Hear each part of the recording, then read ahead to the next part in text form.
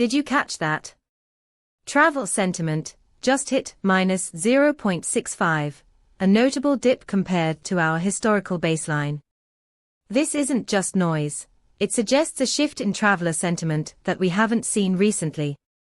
The momentum is strong at plus 0.68, indicating that this sentiment isn't likely to bounce back immediately.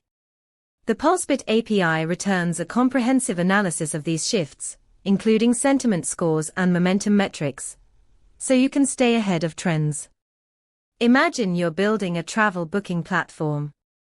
By integrating this sentiment data, you can adjust your marketing strategy in real time, targeting happier destinations or offering discounts where sentiment is low. Curious about how to integrate this into your own project?